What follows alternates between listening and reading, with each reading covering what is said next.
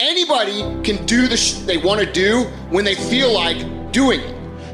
Anybody can go to the gym when they feel like going to the gym. Anybody could show up to work and give 100% when they're in the mood to do so.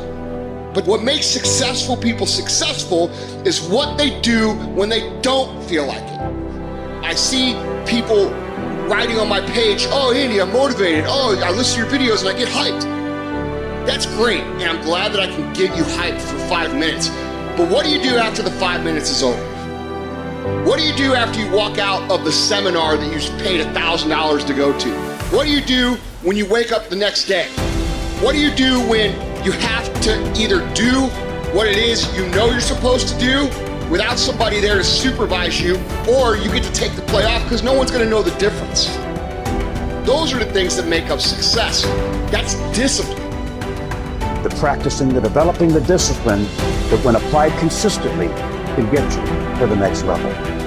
If you look at the true warriors of humanity, you look at the true empire builders, you look at the true titans who are constructing a better world, they're less about pleasure seeking because they understand that if you want to have a great life, a soaring life, look at what most people do and do the opposite. Growth comes through discomfort.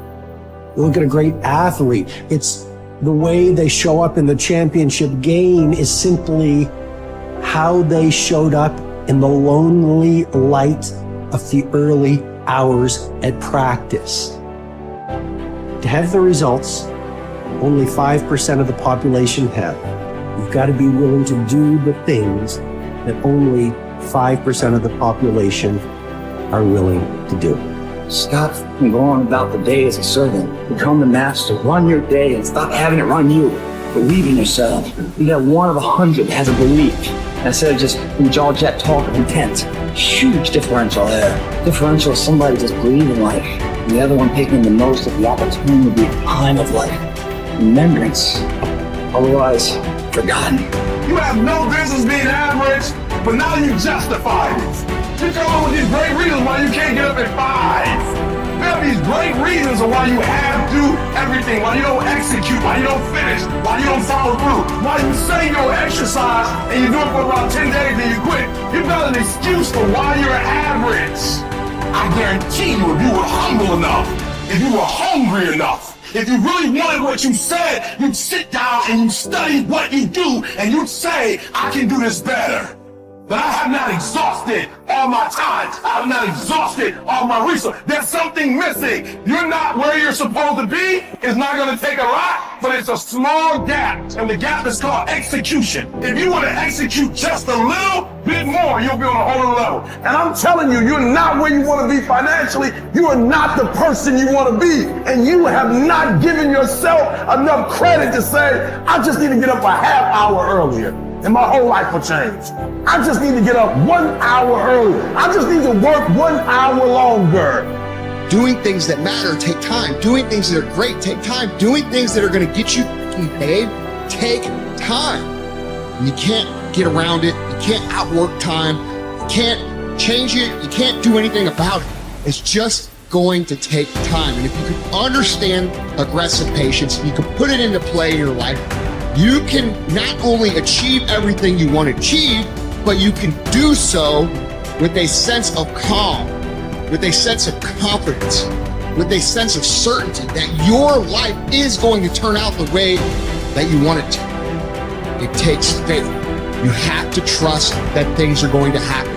At the end of the day, if you go to bed at night and sleep good knowing you gave every day your all, you can feel good that things are going to happen. If you can understand that it is going to take a long time, and during that time, you are going to have to do absolutely everything you can, you cannot be anything else but successful.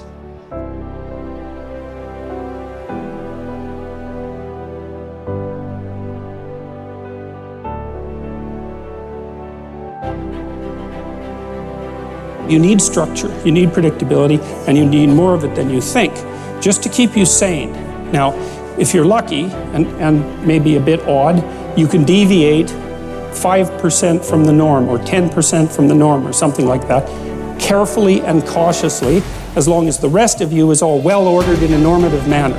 You might be able to get away with that, and you might be able to sustain it across time, and people might be able to tolerate you if you do it, or maybe you'll get really lucky and you happen to be creative but reasonably well put together, and people will actually be happy that there's something idiosyncratic and unique about you. But even under those circumstances, mostly what you want is to have a routine that's disciplined, that's predictable, and bloody well stick to it. You're going to be way healthier and happier and saner if you do that. And then the other thing that you need, because this is one of the things the psychoanalysts got wrong, I think, is that they overestimated the degree to which sanity was a consequence of being properly structured internally, you know?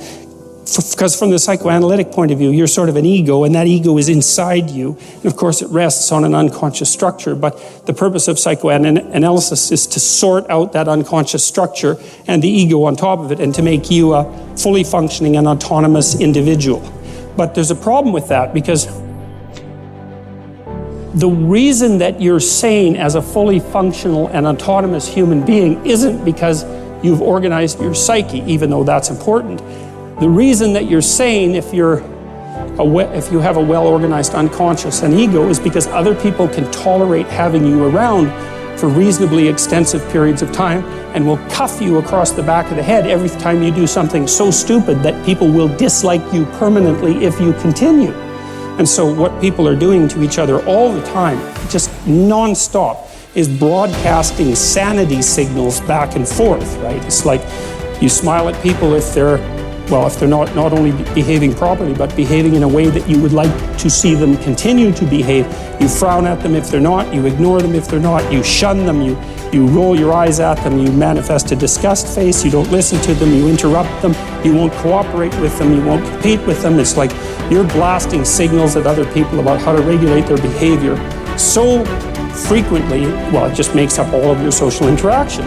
That's why we face each other, and we have emotional displays on our face, and we're looking at each other's eyes, and we know as much as we can about what's going on with each other, given that we don't have immediate access to the contents of their consciousness. And so partly what you're doing with your routine is establishing yourself as a credible, reliable, trustworthy, potentially interesting human being who isn't going to do anything too erratic at any moment. And everyone else is around there tapping you into shape, making sure that that's exactly what you are. And that's how you stay sane. And so what happens to people too, if they don't have a routine and they get isolated, is they start to drift. And they drift badly because the world is too complicated for you to keep it organized all by yourself. You just cannot do it. So we outsource the problem of sanity. And it's very intelligent that we outsource the problem of sanity, because sanity is an impossibly complex problem.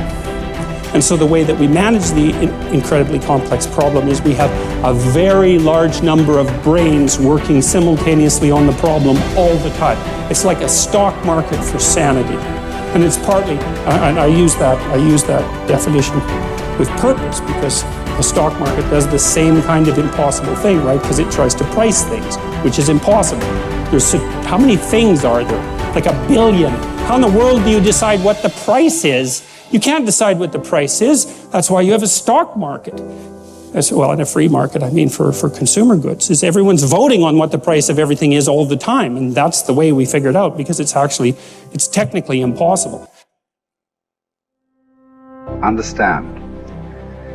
Your mind is weaker than your emotions, but you become aware of this weakness only in moments of adversity.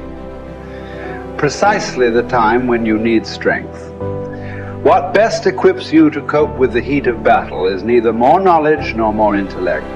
What makes your mind stronger and more able to control your emotions is internal discipline and toughness. No one can teach you this skill. You cannot learn it by reading about it. Like any discipline, it can come only through practice, experience, even a little suffering. An active life serves the purpose of giving man the opportunity to realize values in creative work, while a passive life of enjoyment affords him the opportunity to obtain fulfillment in experiencing beauty, art, or nature. But there is also purpose in that life which is almost barren of both creation and enjoyment, and which admits of but one possibility of high moral behavior, namely in man's attitude to his existence, an existence restricted by external forces. A creative life and a life of enjoyment are banned to him. But not only creativeness and enjoyment are meaningful. If there is a meaning in life at all, then there must be a meaning in suffering. Suffering is an ineradicable part of life, even as fate and death. Without suffering and death, human life cannot be complete. As his mind becomes purer and his emotions come under control, his thoughts become clearer and his instincts truer. As he learns to live more and more in harmony with his higher self, his body's natural intuition becomes active of itself. The result is that false desires and unnatural instincts, which have been imposed upon it by others or by himself, will become weaker and fall away entirely in time. This may happen without any attempt to undergo an elaborate system of self-discipline on his part. Yet it will affect his way of living, his diet, his habits. False cravings, like the craving for smoking tobacco, will vanish of their own accord. False appetites, like the appetite for alcoholic liquor or flesh food, will likewise vanish. But the more deep-seated the desire, the longer it will take to uproot it, except in the case of some who will hear and answer a heroic call for an abrupt change. Persistence and variety. These are the two primary ways to develop great ideas or to solve important problems. Keep leaning your head against a topic for a long time. Certainly for weeks, possibly for years. And along the way, try many lines of attack. Continue to generate options, explore paths, and propose silly ideas.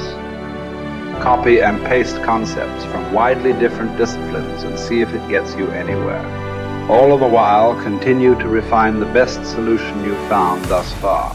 What looks like genius may simply be the byproduct of persistence and variety. The tendency to avoid challenges is so omnipresent in human beings that it can properly be considered a characteristic of human nature. But calling it natural does not mean it is essential or beneficial or unchangeable behavior. It is also natural to defecate in our pants and never brush our teeth.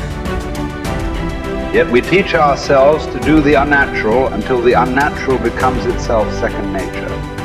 Indeed, all self-discipline might be defined as teaching ourselves to do the unnatural. Another characteristic of human nature, perhaps the one that makes us most human, is our capacity to do the unnatural, to transcend and hence transform our own nature.